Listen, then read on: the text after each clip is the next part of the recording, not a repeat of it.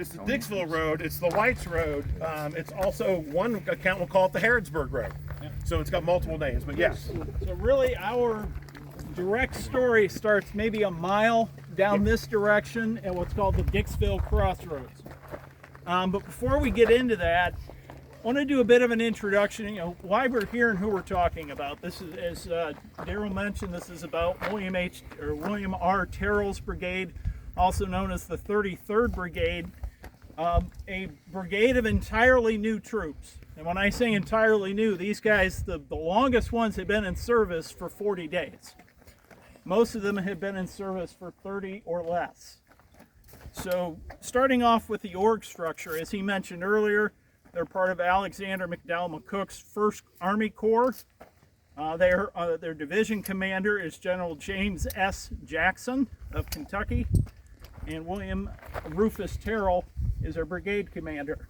I want to talk to you a little bit about William Rufus Terrill. As Darryl mentioned earlier, he was a Virginian. Don't have too many Virginians in the Western Army, but he was a graduate of West Point, class of 1853. Does anyone else know who else graduated with the West Point class of 1853? Someone else actually we talked about last night. Phil Sheridan, one of his classmates. I want to read you a quote. I'm going to read you a lot of quotes today. I'm going to read you a quote about General Terrill and about the agreement. When he went off to war in 1861, it was against the wishes of his family. He wrote his dad, he was very close with his father until he made the decision to stay with the Union. Before he went off to West Point, he swore upon a Bible in front of his family that he would always be true to his oath to the United States and true to the New Testament. And he reminds his father of this in April of 1861 when this momentous decision is coming down. Do you stay with the Union Army, or do you resign your commission and join the Confederacy? He was only 27 years old when he writes this, but he wrote, "The Union cause to which I have devoted my life has nothing but honor to endear it, and it has no terror but that of death, which a soldier must always expect. The rebellion, however, offers nothing but dishonor and disgrace, and I shall adhere to the flag of the Union and give my life, if necessary, in support of the legally constituted government of the United States." This broke his father's heart, and the father essentially writes back that we're going to expunge your name from the family. So when we talk about Terrill, we got to understand the personal sacrifice he's made just to stay in the blue uniform, let alone what's going to happen up here later today. So let's talk a bit about the regiments of his brigade. As I said, they're all brand new.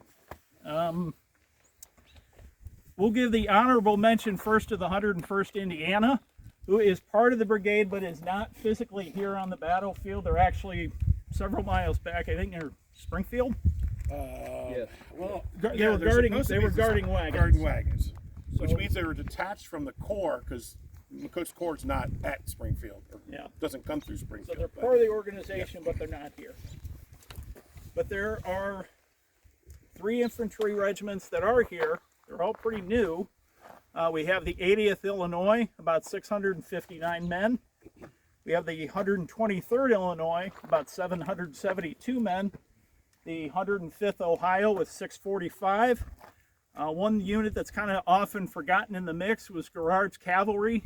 There were several companies of cavalry here, only 194 men, and they had fought at Richmond, Kentucky, some of them. Yeah, one company of the 7th Kentucky is kind of the remnants of the 7th Kentucky from the Battle of Richmond. Yeah. And then really Terrill's pet project is Parsons' 8-gun battery. Now, typically a Federal artillery battery had 6 guns. This one had 8. We're going to talk about that a little more. A bit of a brief history of the regiment. So we'll start with the 105th Ohio, the senior quote-unquote senior regiment of the brigade had mustered in on August 21st, 1862. So we're talking, 40, 45 days ago. And they had already been in a campaign.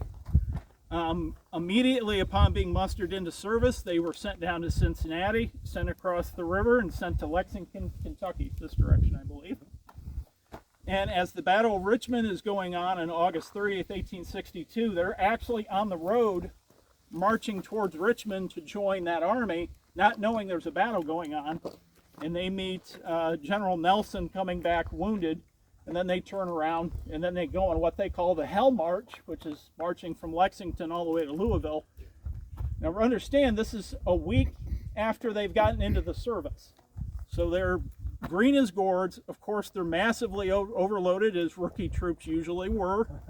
Carry everything that the Army issued them. Of course, they start shedding this as they make this march. You know, they were farm kids. They weren't used to this. No, this isn't driving a horse through the cornfield. This is a different kind of work.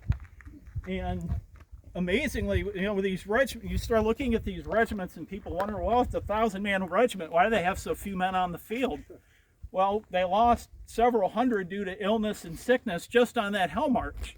And some of these guys never recovered and were discharged. So the other factor that plays into the 105th Ohio having only 645 men, 100 of them are detached into Parsons Battery. So you're taking rookie infantrymen that really don't know anything and putting them into an artillery battery. As far as the 80th Illinois and 123rd Illinois, they both come into service late August, early September of '62. They go to their organization camps in Illinois. They're there for a very brief amount of time, maybe a week, maybe two at the most. Put on trains and then sent to Louisville to be part of the Louisville garrison. And then they're armed and equipped and put into Terrill's brigade. So I hope the picture that I'm making here is when we talk about green troops, they're about as green as you can get. I mean, they literally had been in service a month and a half. For some of those regiments, they had spent very little time in drill. How much weapons practice do you think they got? Less than 20 Zero. rounds. Zero. They had been taught to load in 9 times, and that's what they'd been taught. They hadn't been taken out to a rifle range to learn how to properly use the sights on their weapon. Almost all of them had rifles. That's they the got other cartridges on the way here, probably the first time. Yeah, they all had. All these regiments had rifles. I think the 105th had Springfields. Some of the Illinois regiments had Austrian Lorenz rifles. So generally speaking, they have good arms. They just don't know how to use them. They haven't been taught yet. And this is a problem with the Union Army throughout the war, is that weapons training is never really given an emphasis until, I'd say, about 1864, so fairly late in the war. But what they're taught is to load in 9 times and point fire as often as you're commanded, whether it's fire by file, fire by regiment, or fire at will. So that said, we had about 2,400 men in this brigade that were marching up this road.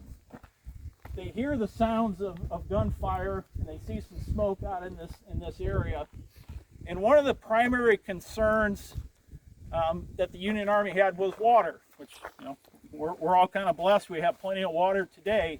That was not the case on October 8th, 1862. Both armies were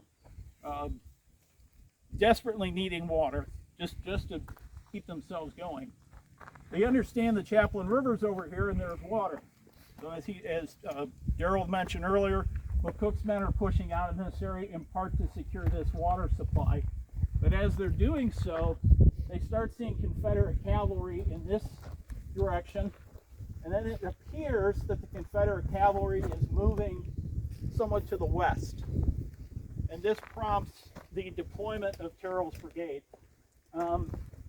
We didn't talk too much about William Terrill when he was, after he kept his commission in the Union Army, he was put in command of Battery H of the 5th U.S. Light Artillery, which served at Shiloh. And Terrill's brigade did extremely well, and Terrill was marked as something of a talent for the future. He was an up-and-coming artillerist. But at his heart and soul, he's an artillerist.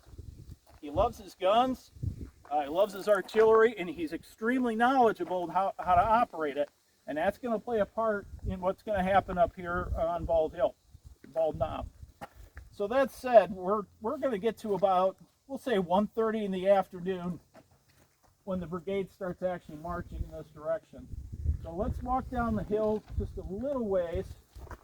You see where that yellow sign is? Let's march on it, and there's a pathway that goes into the hill from there. So let's march down there, and then we'll talk a little more about the approach march.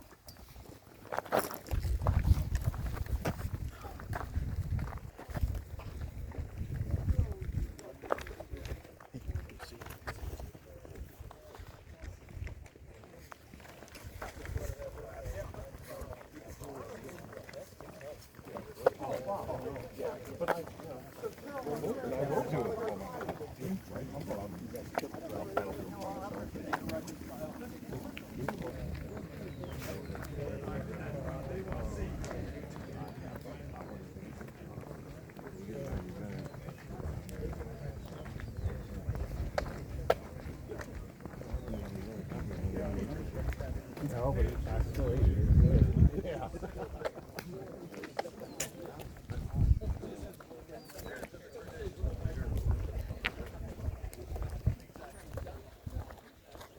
Where we're located. So Dixville Crossroads is right down here. Terrill's brigade is marching on the White Road, and we are now about right here. Bald Knob, of course, being right there in the distance. Chaplain River, you can see that off in the distance to the east. It also curves around and goes to the north. And that's where the Confederate cavalry was seen to be moving, in this direction. Through on the other side of the river is where they think On that. both sides of the river. On both sides. Yep. Okay. So I've got a quote here kind of describing the conditions of the approach march. This is from Captain Ephraim P. of the 105th Ohio. And so this is kind of conditions coming up to this point. The day was quite warm, and we suffered much from thirst, which our rations of parched corn by no means served to allay. Almost every house by the wayside and at points along the route, whereby roads came in from the surrounding country, were collected groups of citizens, men, women, and children of every shade of color, and all of them bidding the passing soldiers a cheerful Godspeed. There were sober, gray-headed farmers whose anxious looks and restless manner indicated that something more than the passing of a column of soldiers had called them from their homes. They evidently expected a battle and repeatedly told us that we would find a right smart of secesh. We were inclined to doubt their predictions, believing that the rebels would leave at our approach. But the events of the day taught us that the citizens were better posted in reference to the rebels' plans than we. The column marched slowly, frequently halting, and it was afternoon when we stacked arms, resting by the wayside, some making their dinners of parched corn, others slumbering on the smooth green sward, dreaming perchance of their faraway Buckeye homes. The loud boom of the cannon smote the ear, and "Attention battalion!" With quickened steps, the men resumed the march, unmindful now of heat and thirst, and louder and more continuous grew the cannonade, and soon blue wreaths of smoke, just discernible above the tops of the trees away to the left, told us that the conflict had begun. So with that said, let's walk up to Bald Knob.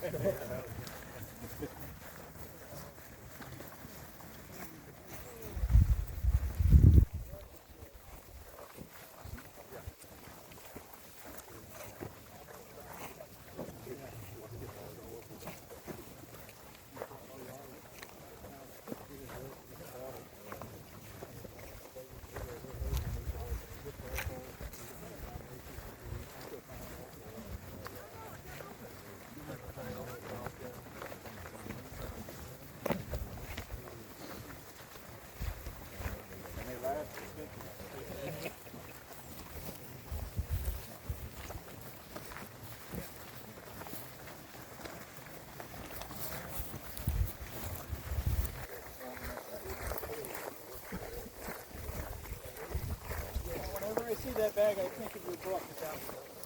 Yeah, mine.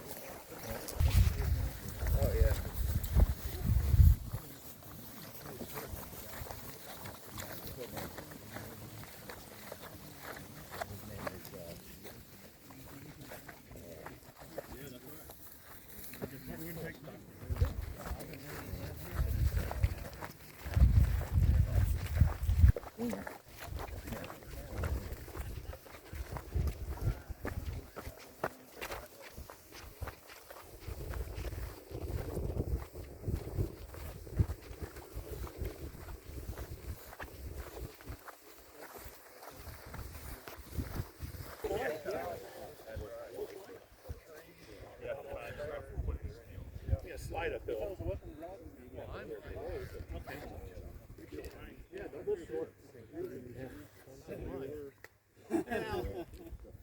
There's one.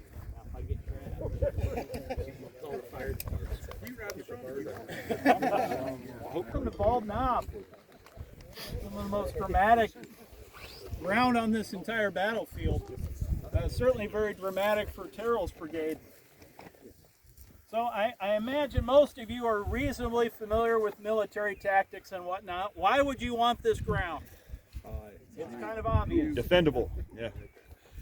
It towers over the surrounding countryside. So it's a fantastic artillery position. And Terrill being at heart an artillerist, this position was selected with great care, even though it was selected in a hurry. There are 8 guns in Parsons Battery. They're deployed in sections of 2 guns apiece, typically 14 yards in between the guns. So you can imagine, starting in this area, we had 2 12-pound Napoleons in a section. This section's kind of interesting because the men that man these guns are actually trained artillerists. They're from Battery D and Battery G of the 1st Ohio Light Artillery. They were men who happened to be in Louisville. Battery D had been captured at Munfordville on September 17th. Battery G was actually in Nashville. So these were men in transit. They just so happened to get caught up in Louisville at the time and were assigned to Parsons Battery. So they're manning 2 12-pound howitzers right on this part of the hill. There are 2 center sections kind of more in this area that include, there's 4 guns in total, 3 Napoleons and 1 10-pound Parrott rifle. On the far side, on the far right, we have one more section of guns, once again 2 Napoleons. The 6 guns here are commanded by lieutenants. The sections are commanded by lieutenants from the 105th Ohio, infantrymen. And the men that are manning these guns are infantrymen. So let's think about this battery for a minute. You have 2 12-pound howitzers. What are howitzers best suited for? Short distance firing. Short and medium range. You're firing canister, K-shot, things like that. A Parrott rifle. What's that best for? Long range firing. So that's located here in the center. Now the Napoleons are kind of a mix. They're good all-around guns. They can do, actually they end up becoming the preeminent Union artillery piece during the war. The fact that there's 5 of them here in the Western Theater this early in the war is significant. It goes to show Terrill being an artilleryman and tapping Charles Parsons, another artilleryman, to lead this battery. Once again, it helps to have friends in high places. So they have some of the best Union artillery in the arsenal on this hill.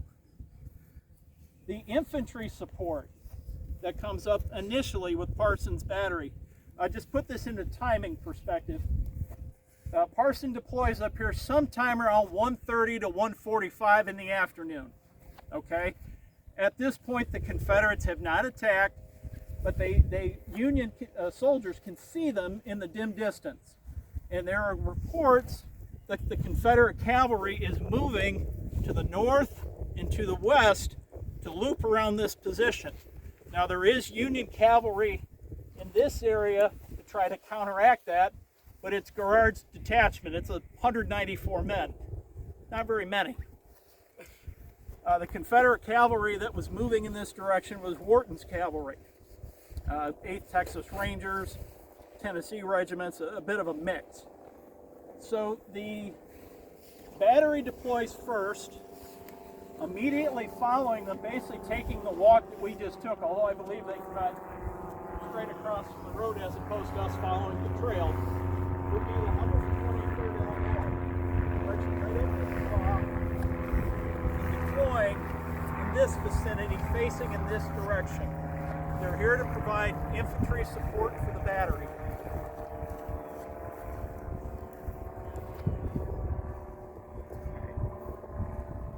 So the guns come into position, as I said, around 1:30 to 1:45, and it's not long before they go into action.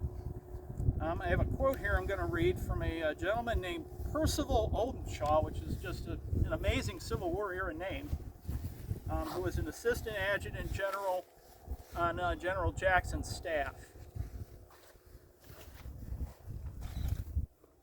Talks about them going into action up on the hill. This battery had fired but a few shots when we heard rifle practice below in the woods, down in this area, where the enemy soon advanced and were in sight on the edge of the woods fronting our troops. No sooner was this seen by General Terrill and Lieutenant Parsons, then directing the fire of the guns, that they changed the direction of the fire and opened at a short range of about 90 yards on the flank of the enemy with deadly accuracy. It checked the advance to the enemy, and after a few more rounds, they changed front and faced the battery, which then flanked our left, this direction. So the guns are kind of splitting their fire between a perceived infantry threat in the front and a known artillery threat to their left.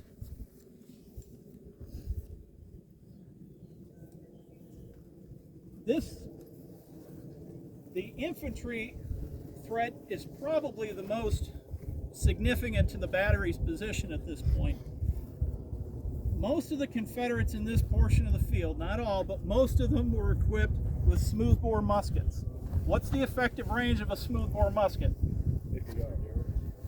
50 to 75 to 100 yards. So imagine yourself for a moment in the 41st Georgia, located in this direction, and you're tasked with suppressing this federal artillery battery on this hill. How are you going to do it?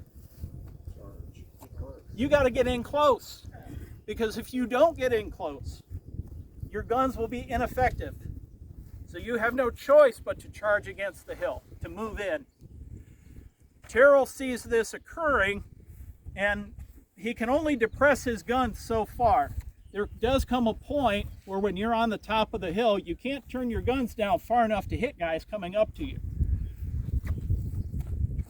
One of the things that Terrill struggled with was he had too many targets and not enough guns.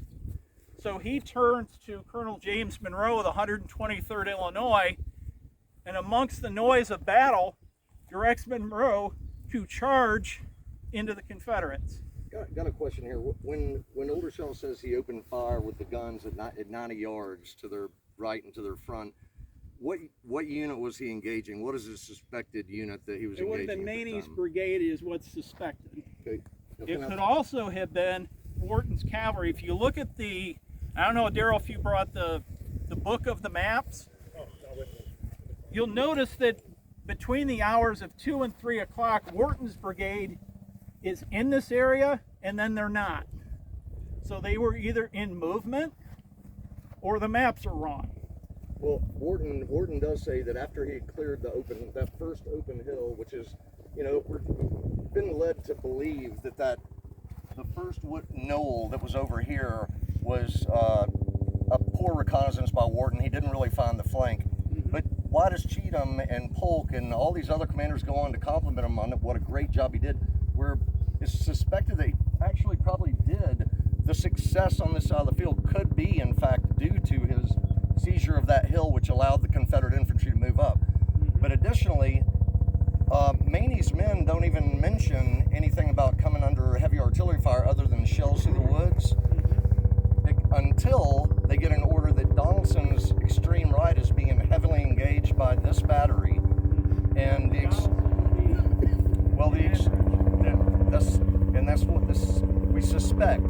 But the men in Maney's brigade actually tell a different story, and Maney himself actually says, General Maney says, my line was here, and they're still in the woods back here. My line was here, and by this movement commenced, and in a few moments I ascertained by personal reconnaissance the position of the enemy. Facing my approach, and slightly to the right of General Donaldson's command, not a half mile, but slightly to the right of General Donaldson's command, was a strong battery placed on a hilltop in an open field less than 120 yards through the edge of the woods in which I was. The battery was actively engaged, partly on Donaldson's command at short range, and partly firing into the woods through which I was approaching. That leads me to believe that short range versus 120 yards, short range is probably closer than the 120-yard distance. We also know that the 16th Tennessee, the extreme right regiment of Donaldson's brigade, was the first to come under heavy fire and engage in a line of battle, another line of battle. So my question is it possible, or is it probable, that the 123rd Illinois actually came into action against the 16th Tennessee at a suspected cabin site? They were engaging. Right. Now, also, and not trying to take this Danny, over. This is Dan's tour. Right. Yeah. We don't have a personal agenda to cook here. Right. No. This But it isn't. sounds like we started one here. No. kidding. So This we've got is numerous historians that are saying what you're saying Sure. isn't quite spot on, and Maney's own brigade reports will say they will capture 7 or 8 guns. 3 or 4 reports say we'll capture 7 or 8 guns, and 4 of those guns that are captured by Maney's brigade, we know came from these tubes that were actually etched with the names of the regiments that captured them, and they're Maney's regiments, not Stones and Bushes. I don't disagree with some of your premise. I think the 16th might have smacked up against these right sections, potentially, of Parsons. Let's And it's talk not about the argument. 123rd Illinois, because this attack that they staged, it's not the whole regiment. Yes. So let's get into that a little bit. We already quoted from Mr. Oldenshaw. So what happens is Terrill directs the 123rd to charge to basically protect the battery position. However, in the noise of the battle, this is a verbal command that Terrill's giving to Monroe. It does not make it all the way to the end of the regiment. So what ends up happening is the 4 companies on the left in this area charge down in that direction, and there is so much confusion to the right that the balance of the regiment does not charge at all. So you have 4 companies that charge in this direction. So I have a quote from one of the soldiers that was part of that charge. Up here. Our guns ready, we crossed a small meadow, climbed over a rail fence, and started down a small hill. There was a small stream at the bottom, small shrubs here and there, and also a few trees, but no sign of a gray uniform anywhere. Just as we reached the brow of the hill, the whole valley at the bottom erupted into a mass of Johnny Rebs. They came charging up that slope with their terrible rebel yell with guns blazing. It looked like 1,000,000 of them. Well, we lost no time starting back for that rail fence. Some of them fired their guns, but most of us had but one thought, and that was to get out of there, but fast. Another quote that I have here is actually from their Sergeant Major, Rufus Houghton, who actually calls out the 4 companies that charged. The 4 companies that made the charge were companies B, D, F, and H, so the left 4 companies of the regiment. And he describes what happens. Pull up my note here.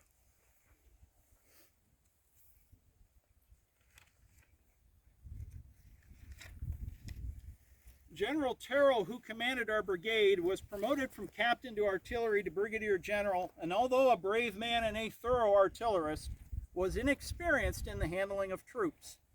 When called into the fight, we occupied the extreme left and were ordered to charge by the general. The two left companies, Captain Talbot's and Hart's and part of York's and Van Kirk's, went in with great gallantry with an exultant yell, charging in fine style 200 yards in this direction to a fence. Over that and 30 years beyond into the very lines of a rebel regiment,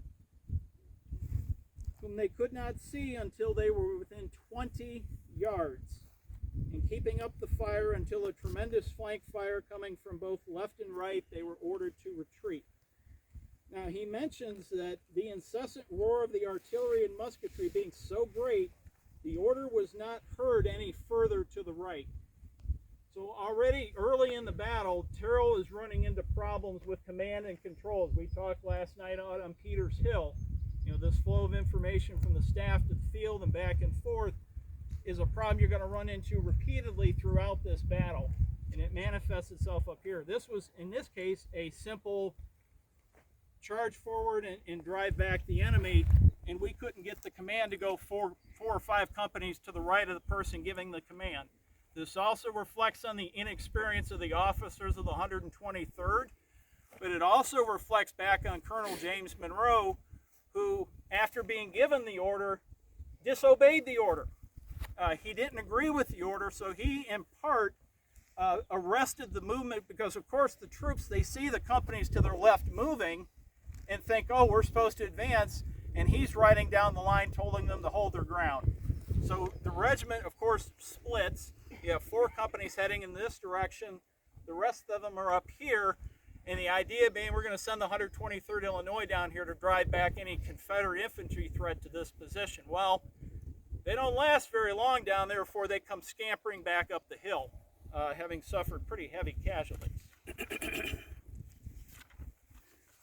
All right. One more quote. So as the 123rd is, these four companies are coming back up the hill, there is artillery fire on this position. There is musketry fire on this position, and one of the Confederates, probably seeing General Jackson up here marching around on his horse, a nice prominent target silhouetted against the sky, got in a good shot and shot General Jackson off of his horse. I have a quote here from, once again, Mr. Oldenshaw, describing what happened. He describes the 123rd as having advanced bravely, but unfortunately the enemy had not left the woods and there was a rail fence at its edge which prevented their doing so promptly. The regiment fired a volley and fell back when almost immediately afterwards, General Jackson, who was standing on the left of the battery, which would be out in this area, was killed, 2 bullets entering his right breast. At the moment, I was on the right of the battery, over here, watching the gallant defense then being made by the troops on the left. Returning to the general to report the same, I found him on his back, struggling to speak, but unable to do so. He died in a few minutes, as they said. Here's the marker saying where General Jackson fell, right in this vicinity. I do have a picture of General Jackson.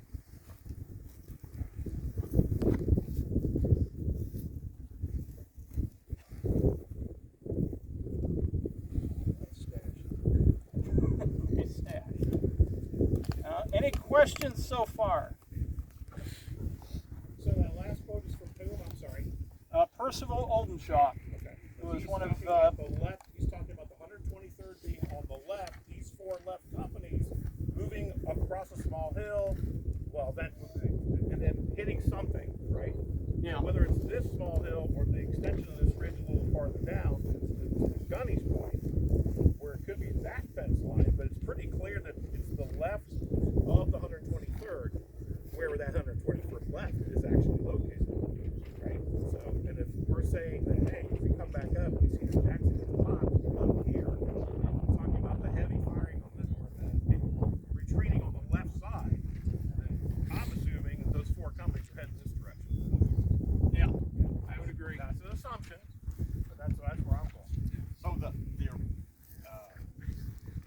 arrayed on this hill in line this way, 14 yards apart. facing this way. Some of them face more north Okay. than east. And the Confederates are back along this road here and around, or what? No, Over here on more this in this hill? area here. They're broadly to the east in general. Okay. Um, On this fence line over here, roughly. Kind of. They come across. they end up getting that close Okay. as the attack develops, which we're going to cover here in a little bit. But yeah, they're really at this point, the action I think is more in this general vicinity, with cavalry moving around the position in the distance. Probably, as we mentioned yesterday, a bunch of dust. 1,200 or 1,500 horsemen is going to raise a lot of dust. It's kind of hard to not see that. I'm going to need 4 volunteers, preferably reenactors. Okay. I got 1 volunteer. Am I going to have to get? Come on. I need people of generally varying heights. Oh, okay. No, you 2 are fine. Come on. I need 1 more. I'll do it left. I need somebody tall. All right, cool. So I'm going to form you into line. Let's see how we want to do this. Actually, you, Blue, you swap positions here. You go over here. All right, so we're going to talk about the story of the 105th Ohio, and I'm going to explain to you why I'm embarrassing these guys, in part because, Gary is a close friend of mine, and he just loves being embarrassed. But as the 123rd is fighting up here, the rest of the brigade is marching into position. As I said, this action up here develops fairly quickly. This whole episode is done and over in under an hour, from Parsons Battery deploying until ultimately the brigade being forced off this knob.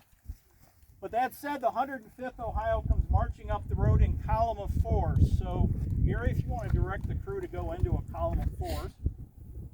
You're in a column of 4s, okay. I need you to move in this direction. Left wheel. Left wheel. Okay. So this is how you're marching. I think I have my short guys on the wrong end of the line. tall guys on Yeah, the right. yeah. You guys swap. There we go. Now this will make sense. Y'all 2 gotta swap too, right? When you guys The 2 of y'all gotta swap. typically Derek, speaking, you gotta go there. what's going to happen? So the regiment's marching in column of 4s. That's how you move a You can move them in battle line, but that's usually you're going to get caught up on things. You end up moving slow. If you want to move quick, you move in a column of 4s. So the 105th marches up the hill. Now, of course, the 123rd's busy firing away. These cannons are busy firing away.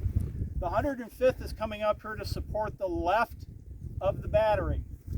The one problem that they run into is as they march up here, they're in column of 4s. Now, these guys have had maybe a couple of days of drill, maybe. They don't really know their facings very well, and they don't really know how to maneuver. So they get up here, and then the order is given to go into line, and go into line front.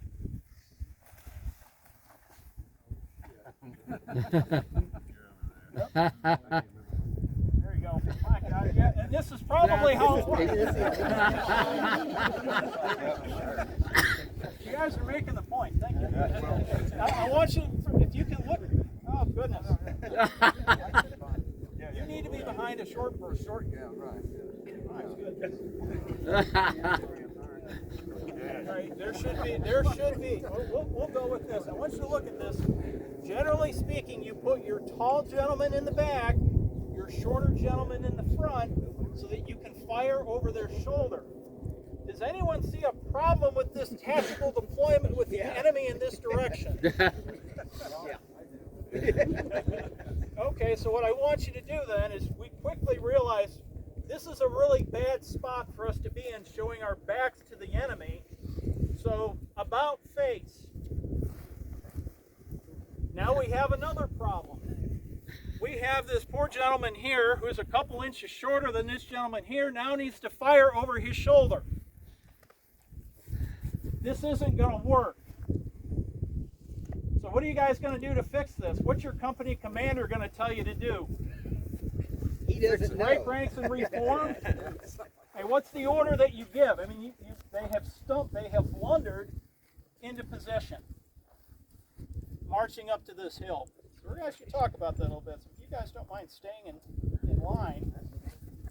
Lou, if Corporal Milligan, if you can keep the troops under control for just a moment.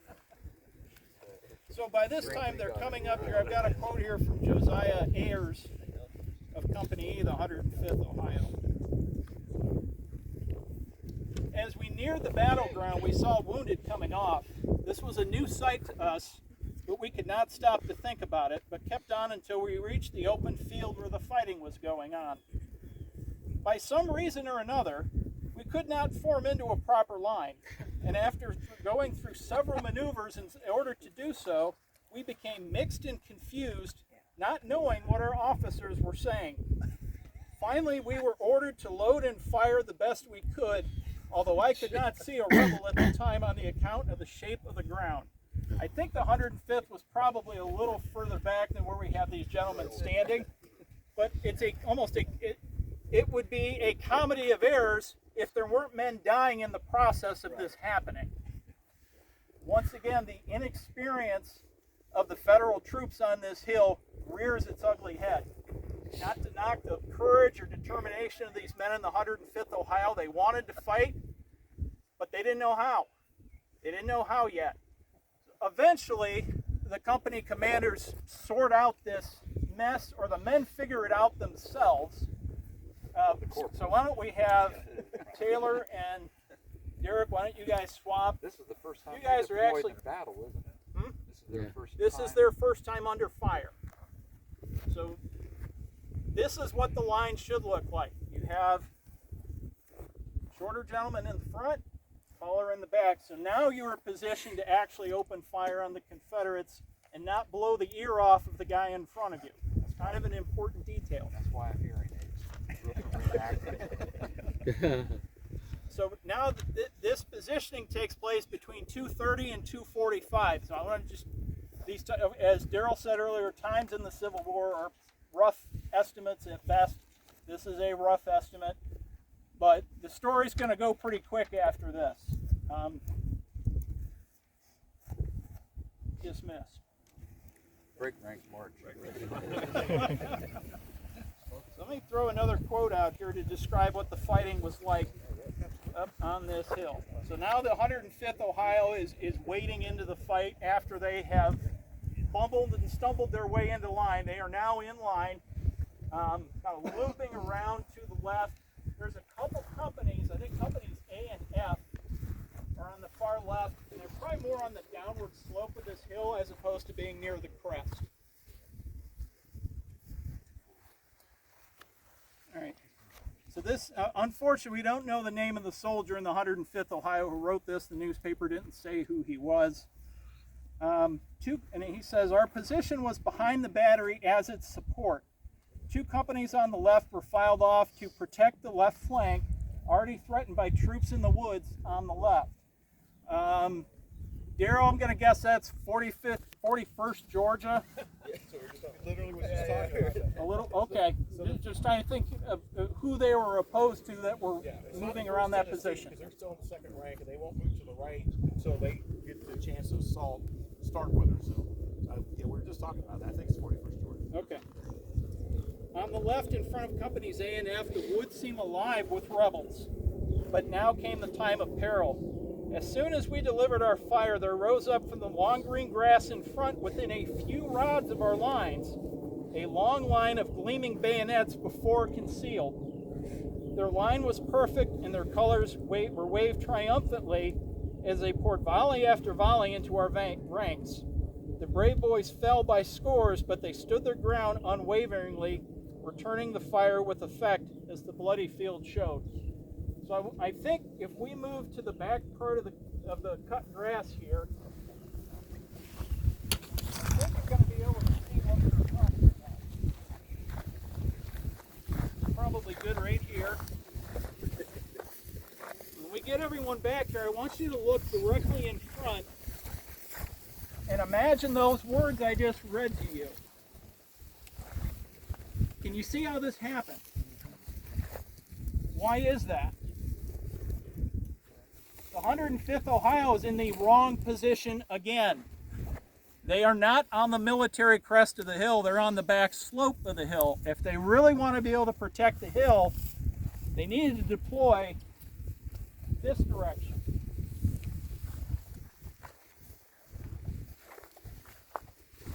In here, below the guns. So they were in position as support, but they were not positioned to repel an infantry attack. The Confederates were going to appear right over the hill, 30 yards away, 20 yards away. And by that point, the Confederates are on a charge. They're doing the rebel yell. They've got their bayonets gleaming in the sunlight. And the 105th Ohio, who 5 minutes before was bumbling and stumbling into line, now have several hundred screaming Confederates in their immediate front. Is it any wonder that these rookie troops fell apart?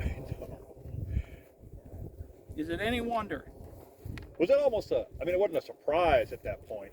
They I wouldn't kinda say a knew surprise, that but direction, it was a bit of a shock to go from thinking the enemy's, maybe on those hills out there to in the flesh 20 yards away, shooting at you. Yeah. shooting at you with buck and ball ammunition, Yeah, which at yeah. 30 yards is very, very Deadly, yeah. effective. One more quote here. Actually, we're going to talk to Captain Ephraim Key again, who we had talked to back down on the road. He's got a bit to add about this engagement up here. Let me see if I can find his letter.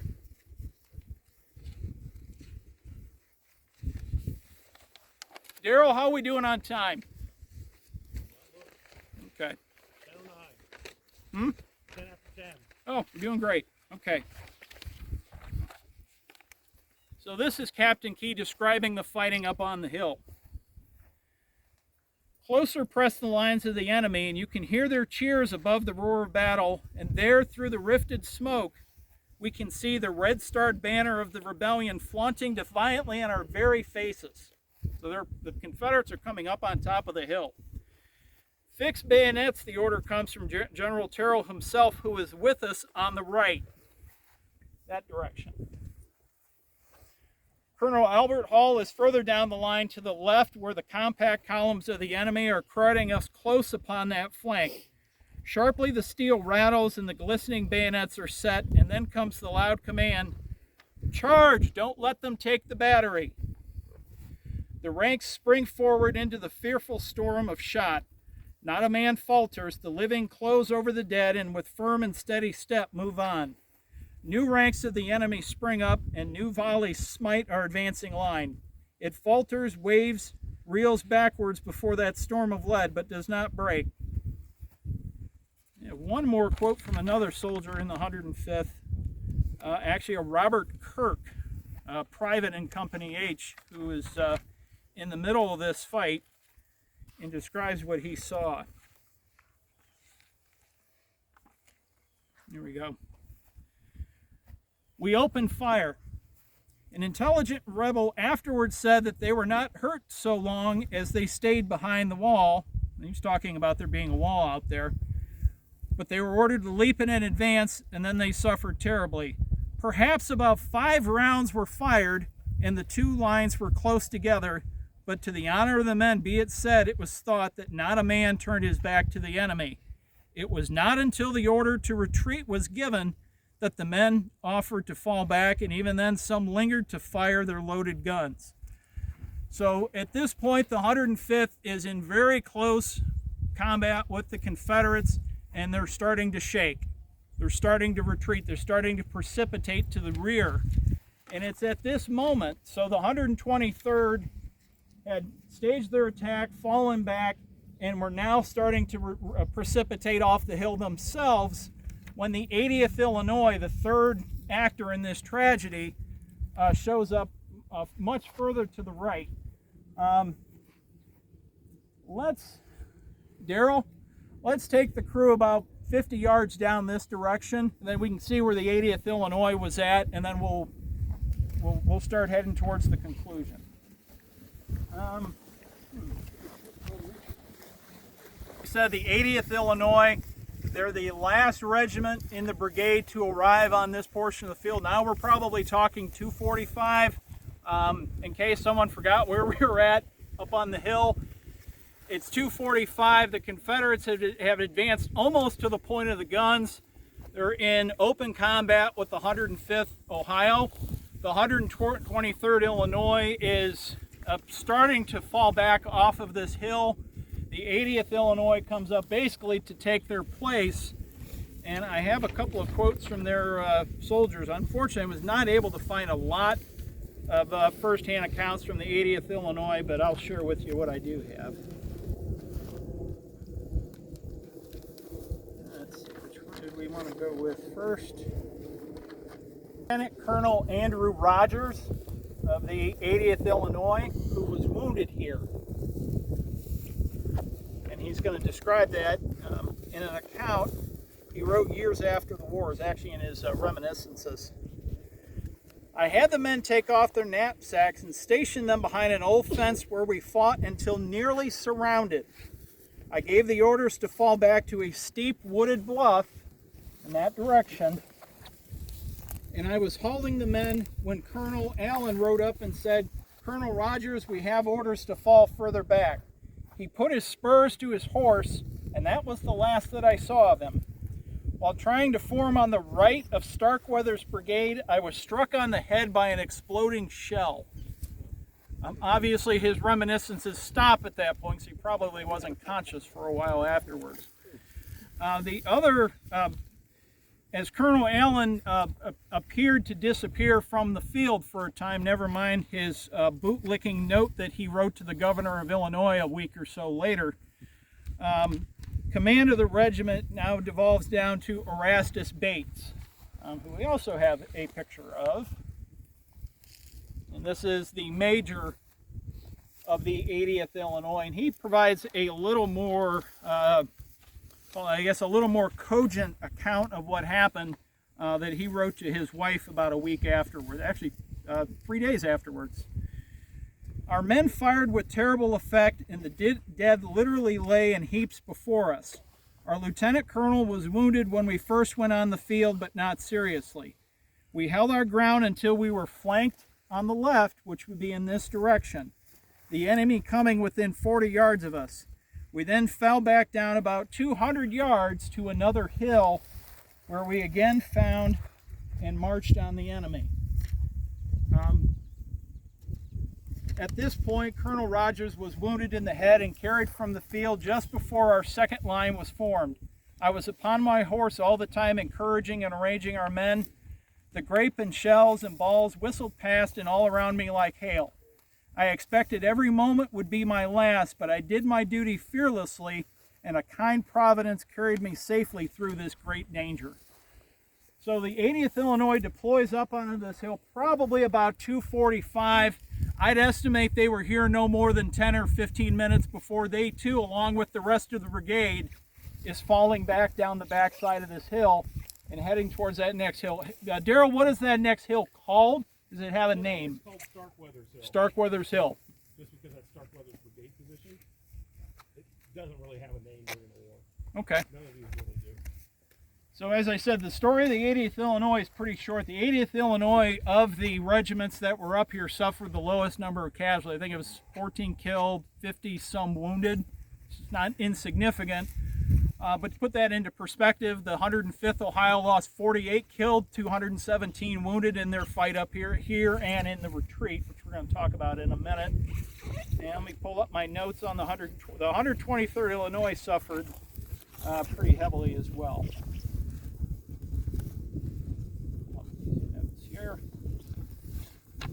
They lost 36 killed, 180 wounded. So the two federal regiments that did most of the fighting up here on Bald Knob are the 105th Ohio and the 123rd Illinois, and they both lost 200 plus. The 105th closer to 250, 260 in their fighting up here.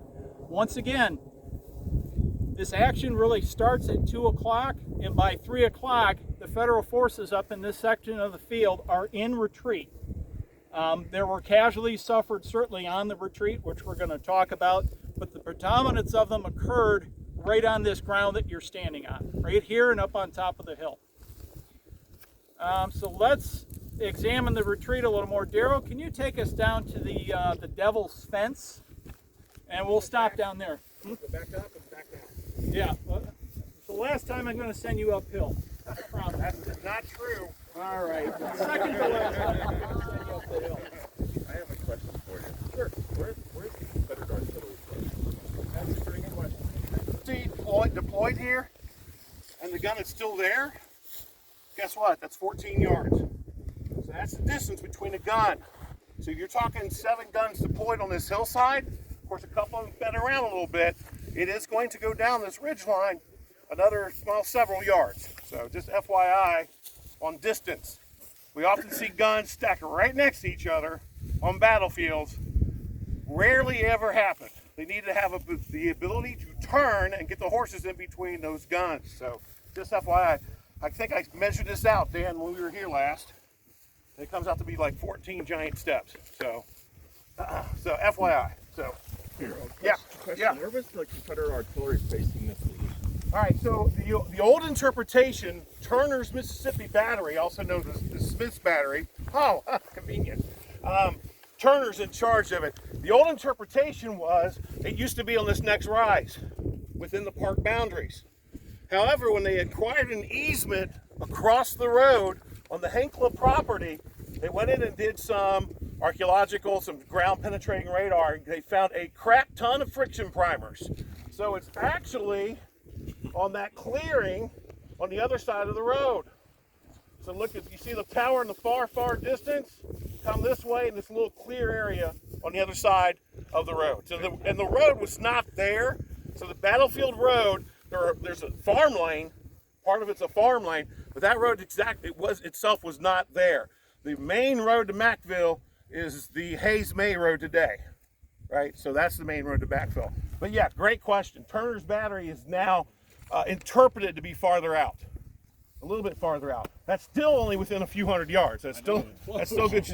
Yeah, it's good. Still close enough. So I've got the impression Carnes was over here. Is that Carnes' battery. If we look at the farmstead, okay? the white barn, Is that like okay?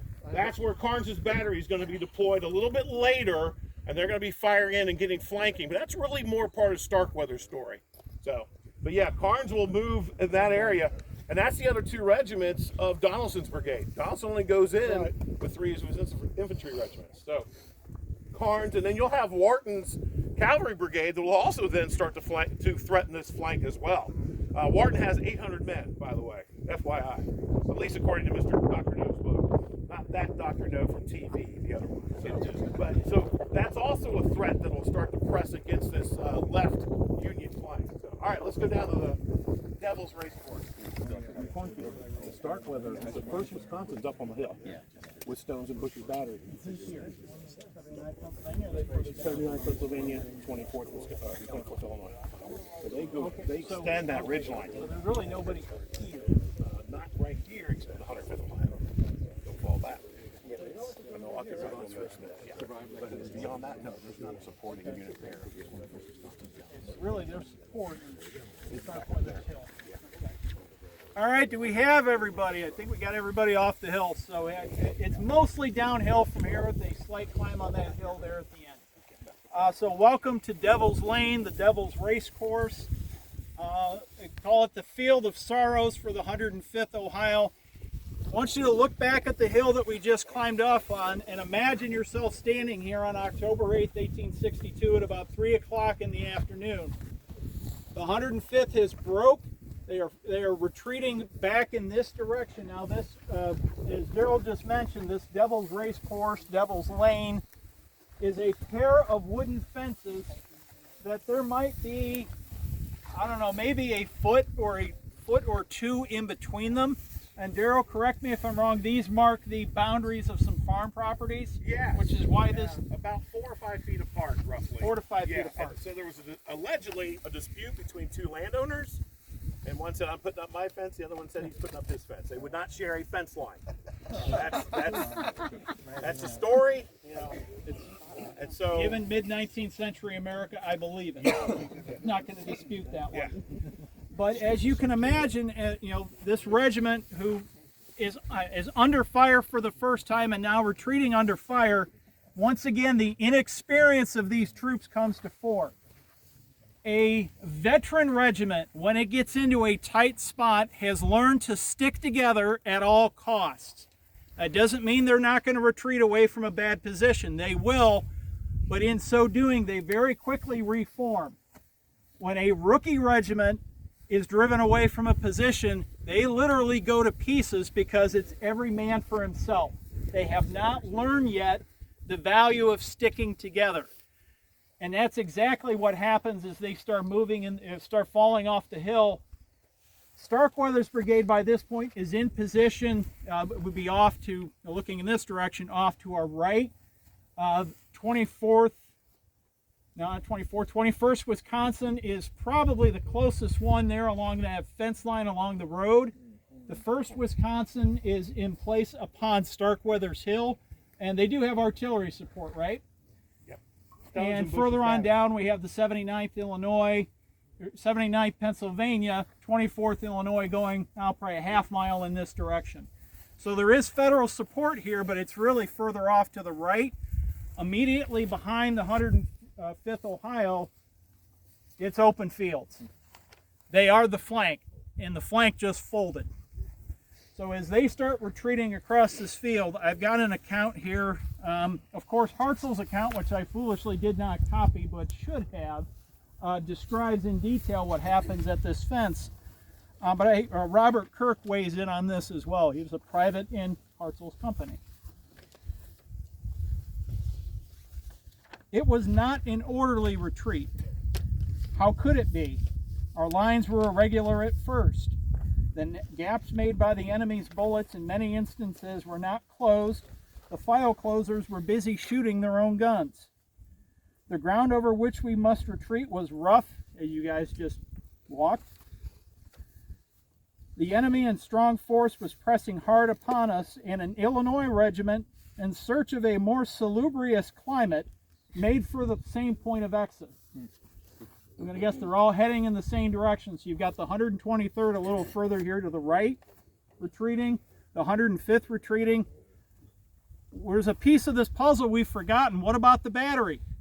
Wasn't that what this battle, it seemed like that's what this was all about, was about protecting Parsons' guns.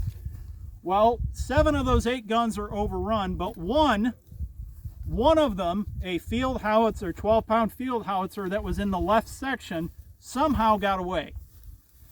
Probably because they were the furthest from the Confederates. Also, the thought process is they never unlimbered. Yeah, I was going to say they had time to limber and get away. That's incredible. So they were unlimbered. They weren't limbered. Yeah. But one of those guns gets away. They have 3 horses wounded in the process of getting away. As you can imagine, the Confederates are coming over this hill now and shooting down into the Federals as they try to retreat across this field. Enfilade fire, running from a higher elevation down to a lower one. Scores of the men of the 105th Ohio and the 123rd Illinois are killed along this fence as they try to climb across it. They climb across one, they find that they're in the middle, now they got to climb across again, each time lifting themselves up a little higher from the smoke of battle and making themselves a more prominent target. As I said, the 105th Ohio lost 48 killed.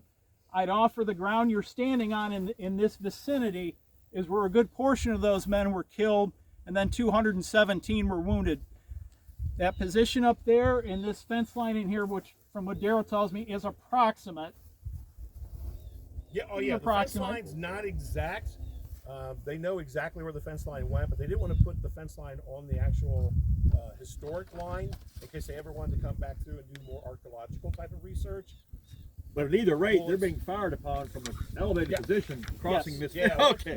Once the Reds are coming across that hill, absolutely. And as I said, unit cohesion has fallen apart. It was wavering on the hill. They came under fire. The Confederates got in very close range, and it quickly went to pieces. It completely goes to pieces down here in this hill, and essentially the 105th Ohio, for the balance of the battle, with the exception of individuals, some of which maybe a little hardier, a little braver than the others, would fight as individuals or join up with other units for the rest of the battle. for the most part, Terrill's brigade is knocked out of action. Now, it's important to note General Terrill is still alive at this point. He has not been killed yet. That's going to happen actually on the last stop of the tour here.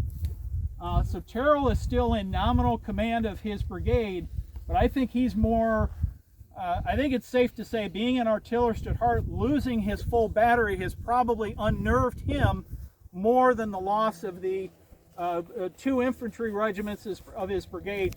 The 80th Illinois, I think, manages to stay in reasonable formation as they fall back towards Starkweather's brigade. Really, I think the units I'm talking about falling apart here. I mean, the men of Parsons Battery, of course, they abandoned their guns, so they're coming back in this direction, those who were not gunned down. And then the 105th Ohio and 123rd Illinois. All right, we have one more stop. We're actually going to go back to where we started on the corner of the road. Yep. And we're going to wrap up the tour there. Just one point of observation, going back to your quote about the salubrious Illinoisans, right? Where did all these troops come from? That road. And there's that bend. And the road today follows the historic alignment. They come up that road. So they're retreating. That's the point they know. So hence the reason why they combined into a mess. All trying to shove through the same area. Don't have to listen to me drone on much longer. We're getting close. I think we have one more hill to climb. Yeah, well, it's a slider one. A very slight hill to climb. Yeah. So your hard hill climbing with me is done for the day. I'm not going to cast any aspersions toward my distinguished colleague in his tour, but we are driving there, which tells you something. Yeah. I mean, we could walk right from here if you want to go. No? Okay. Nobody. Not a one? I mean, it's a road walk. I mean, it's not. We did that in August.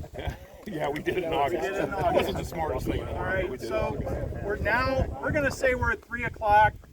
3 o'clock, 3:05, 3:10, right in that vicinity. If you turn around behind you, you'll see once again the bald knob that we were atop of. By 3 o'clock, that is crawling with Confederates who, I believe, turn the guns of Parsons Battery around and attempt to use them. I have not seen too many accounts about that, but it would make sense. It would make sense. There's some attempt. 7 of the 8 guns were left up there. I don't know if the limber chest all got away or not. I didn't see any. There wasn't a whole lot of documentation on that, but there is likely some ammunition up there. As the men of Terrill's brigade are falling back towards this hill and down the road that they are familiar with. This is how the way we walked in is essentially how they all came in and how they all get out. As they come in this part of the field, they see Starkweather's brigade lined up, 1st Wisconsin up on the hill, 79th Pennsylvania, 24th Illinois, with the 21st Wisconsin out in front. Essentially, I call it a skirmish line, or it's a tripwire for the rest of the brigade. It is a tripwire, but it is the full regiment that's here. Interesting. Yeah. The newest regiment of these veteran regiments we put out in front. I don't know what they did to piss off John Starkweather, but they must have done something. Exactly. So Rousseau was mad at him. Yeah, they've been a problem. And I've already talked to Taylor. I'm thinking Starkweather's brigade next year would be a really interesting one to cover. So unless you had already had that, we'll work it out. I'll make it out for Starkweather. Somebody wants to do like 4th Indiana Battery or something. I don't know. One of these guys up here on the hill. So. But as I said, as these Union troops are falling off of Bald Knob, moving back in this direction, one of the issues they run into is that Starkweather has his brigade in line, and they can't retreat through Starkweather's line. You have to go around. They're not going to let you go. Hey, can you let me sneak through? No. We're shoulder to shoulder with the Confederates behind you. We're not moving to let you cowards squeak through. You find your own way. So this just increases the confusion and the disorder that is already run rampant with this line. So they end up falling back towards this position. Once again, General Terrill is still alive, but he's lost his battery.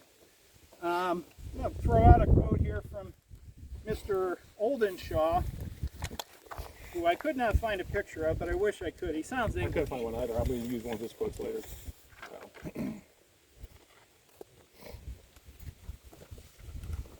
But he's talking about the retreat. We're going to assume this is on the road or in this general vicinity. Lieutenant Parsons, who I met passing through our lines after the loss of his battery, appeared perfectly unmanned and broken-hearted.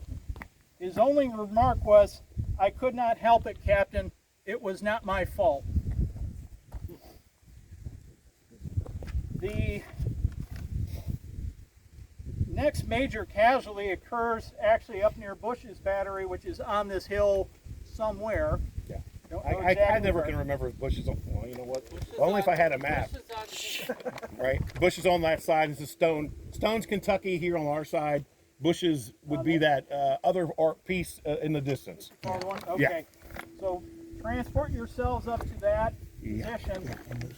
Put yourself in the shoes of General Terrill. You've just lost your pet project. You've lost your full battery up on a hill, the position of which you chose. So he's probably feeling pretty low. And what does he happen to find? Another artillery battery. So what does General Terrill do? He wades in and starts acting as an artilleryman again, starting to bark out directions and try to help. Quote, air quotes, help. In the process of helping, he sustains a extraordinarily grisly wound. And I'm going to quote here from a gentleman who was standing right beside him when it happened. Some of you may be familiar with, because he left a very famous account of life in the Army of the Cumberland, Major James Connolly of the 123rd Illinois. So Major Connolly had fought up on the hill and was now by Bush's battery. I'll let him, he was writing home to his wife. He'll describe what happens next. General Terrill, commanding our brigade, was killed by a shell within 5 feet of me while he was giving direction for rallying the men. I was the only one with him. I raised him to a sitting position and saw that nearly his entire breast was torn away by the shell. He recognized me and his first words were, "Major, you think it's fatal?" I knew it must be, but to encourage him I answered, "Oh, I hope not, General." And then he said, my poor wife. He had a wife who lived back in Reading, Pennsylvania. He lived until 2 o'clock the next morning. Our regiment lost 154 men, 35 of whom fell dead where the regiment first formed line of battle. They're on the hill. I was not shocked, surprised, or startled, but I suppose I was too green to appreciate my danger, which I think is a fair statement for all of the federal troops in this portion of the field. Too green to appreciate the danger. I didn't seem to think of anything else but to keep the left wing of the regiment up to its work. The colonel told me that was my special duty, and I noticed nothing else, for I was a perfect novice in such things. One thing, however, is very certain. The bullets and shells flew as thick as I ever want them to in my neighborhood, but the battle seems more dangerous in thinking it over afterwards than it does right in the midst of it. The mind can discover dangers while thinking back over it that were not apparent while the fight was going on, which I think we're probably all a little guilty of that. So this basically ends the fighting of Terrill's brigade in this area. At this point, these two regiments are shattered, falling back in retreat, fighting in ones and twos and small groups. It would take a few days to get the men all back together, as you can imagine. But there does remain one task, or rather a grisly task, of burying the dead. As you know, the story of the Battle of Perryville, the fighting will go on until 7-ish at night. The Confederates will remain holding this portion of the field, but will retreat in the overnight hours, basically leaving the rest for the Federal Army to clean up afterwards. One of the most poignant accounts of that was, I got a quote here from a Lieutenant John Osborne, who was in Company E of the 105th Ohio, who was among the men on this burial detail. Comes out here a couple of days later. He says he was detailed with a squad of men after the battle to bury the dead of his regiment, and said we buried 42 bodies. I recognized many of whom I had known. I approached one who had been struck in the face by a shell, blowing away his head and right hand. His left arm was mostly blown away, the hand just hanging on by 1 or 2 tendons. I examined his pockets in order to recognize him, and there found some letters whose address told the terrible truth. It was my own brother. He was in my company and had been missing since the fight, but here he lay without any mistake. A terrible sensation passed over me. I clipped a lock of his hair as a parting token, and then with my hands helped to dig the grave. I wrapped him in a blanket, carving his name upon an oak board, and holding it up as a tombstone, I saw him buried with the host of the dead. Not surprisingly, after that experience, Lieutenant Osborne resigned his commission and returned home. The last piece I have for you is we're talking about the burial of the dead here. They're buried on the field, essentially buried where they fell. So the grounds that we have just walked on were once a cemetery. And it's possible that they still are. It's possible that there's Union and Confederate soldiers throughout this area that were not recovered after the battle. I have a couple of photographs just to kind of give you some visuals of who these men were. We have pictures of at least a couple of them that we know were killed here in the battle. I can't state whether they are buried here on the field or if they are buried in a national cemetery or buried back home. One of them is just a typical private soldier, Private William Howard of Company K of 105th Ohio.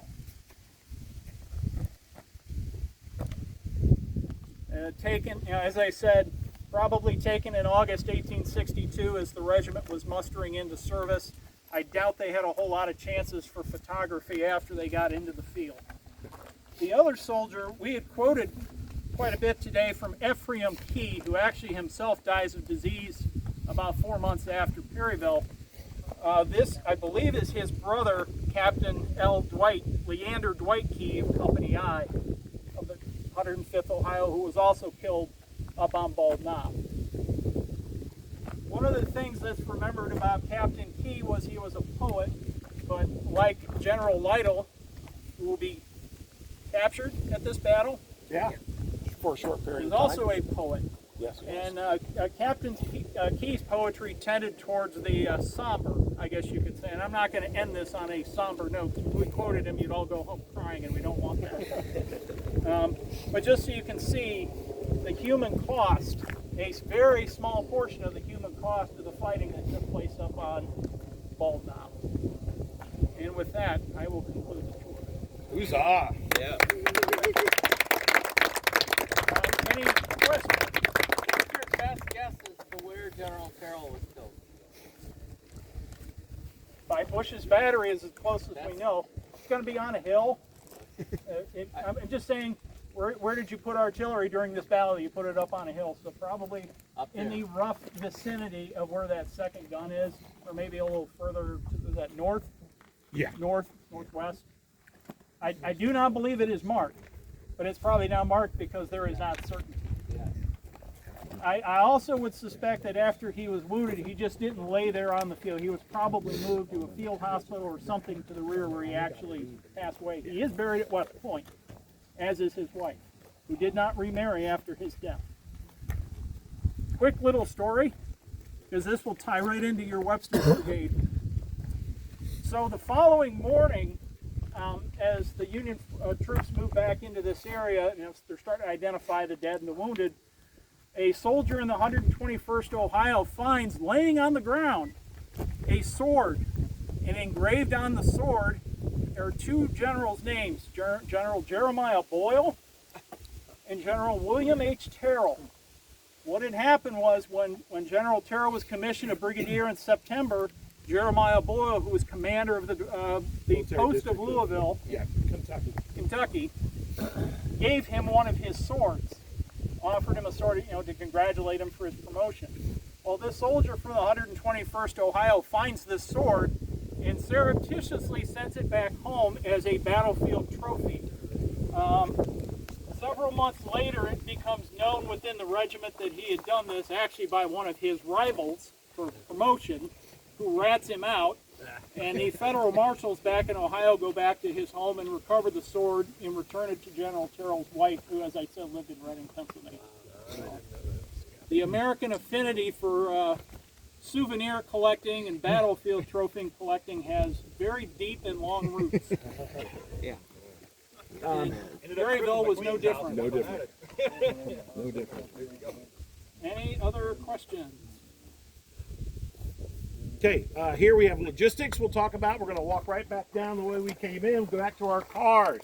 Try to pair up as much as possible. We're going to leave the park. Once we leave the park and hit the new Macville Road, also known as Bassfield Road, we're going to take a left, drop down to the bottom of that hill, going to take another left, we're going to drive right through here and up, and I think it's that big tall tree that we can see way down there. We're going there's an old house site. There's some concrete there and a lot of mown grass. We're going to carefully pull in there and park all of our cars. So this is the reason why we need to pair up as much as possible with cars. We're going to end at that spot. Okay, so We're going to end at that spot.